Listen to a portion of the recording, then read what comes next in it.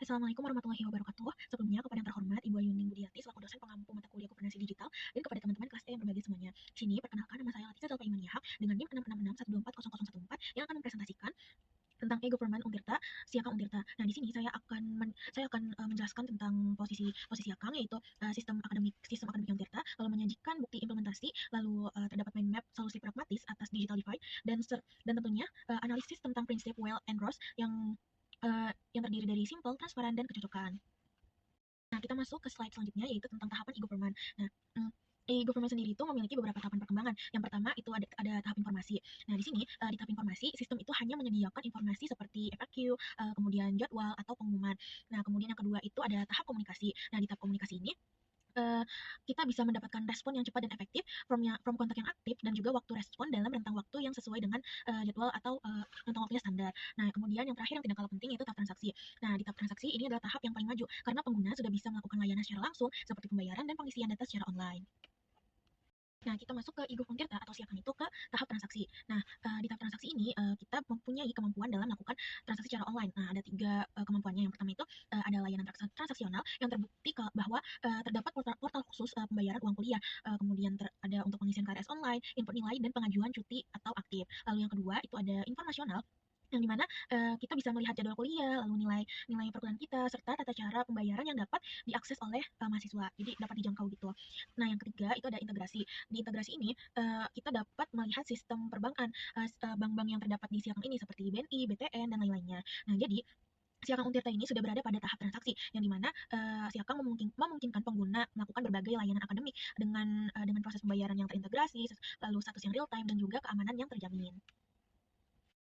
Di sini fitur dalam Siakang itu sudah memberikan banyak manfaat kepada mahasiswanya. Di sini mahasiswa tidak perlu lagi untuk mengantri untuk mengisi KRS karena bisa dilakukan secara online. Akses nilai juga terlihat lebih transparan dan juga cepat. Selain itu, pengumuman bisa diterima secara terpusat dan proses administrasi menjadi lebih rapi karena terdokumentasi secara digital. Nah, di sini secara keseluruhan sistem ini tuh sudah membantu mengurangi birokrasi manual dan meningkatkan efisiensi layanan. Bisa kita lihat di PPT-nya itu registrasi mata kuliah itu sudah bisa online, lalu akses nilai dan transkrip sementara itu juga bisa terlihat, lalu pengumuman terpusat dan notifikasinya juga cepat gitu. Dan juga yang terakhir itu formulir administrasi digital seperti untuk pengajuan cuti, lalu beasiswa itu sudah bisa terdokumentasi dengan cepat.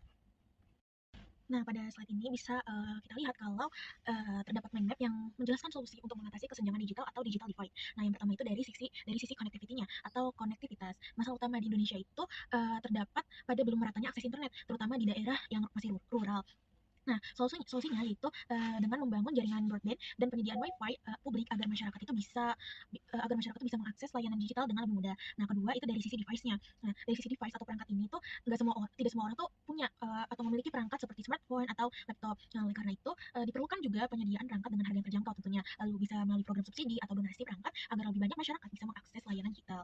Nah, yang ketiga dari sisi skills atau keterampilan digital. Walaupun sudah banyak atau sudah terdapat internet dan perangkat, jika tidak memiliki kemampuan digital, maka layanan itu tidak bisa dimanfaatkan secara optimal. Nah, maka dari itu diperlukan pelatihan pelatihan literasi digital baik untuk pelajar maupun tenaga pengajar itu sendiri agar mereka mampu menggunakan teknologi dengan baik. Nah, yang keempat itu ada dari sisi service atau layanan. Nah, di sini layanan digital juga harus dirancang agar inklusif, misalnya dengan menyediakan aplikasi yang bisa diakses secara offline, lalu menggunakan bahasa lokal atau bahasa yang mudah dipahami gitu kan. Lalu serta diberikan tampilan sederhana agar mudah digunakan oleh semua kalangan. Nah, jadi dari mind map tersebut kita bisa lihat kalau solusi dari digital divide itu tidak hanya berfokus pada teknologi saja, tapi juga mencakup beberapa aspek seperti aspek akses, lalu kemampuan, dan juga desain layanan agar benar-benar bisa dimanfaatkan oleh semua pengguna.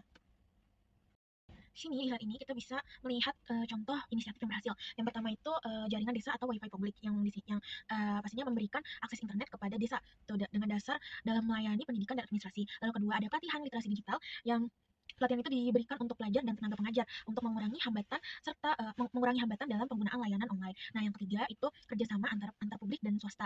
Nah, di sini subsidi donasi perangkat dan integrasi sistem itu dilakukan oleh mitra industri agar mereka bisa berkolaborasi.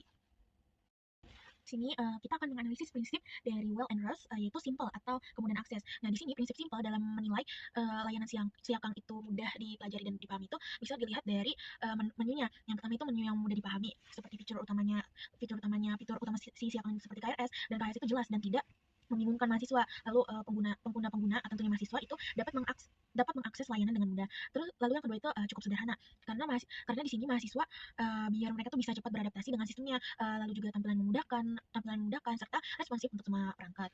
Lalu yang ketiga itu tantangan dan rekomendasinya. Nah, di sini UI or UX-nya itu masih terlihat sederhana dan belum terlihat modern juga. Nah, di sini kita bisa mengoptimalkan mobile responsif dan juga menambahkan panduan interaktif seperti video singkat. Lalu prinsip kedua dari Well and Rose yaitu transparan atau keterbukaan.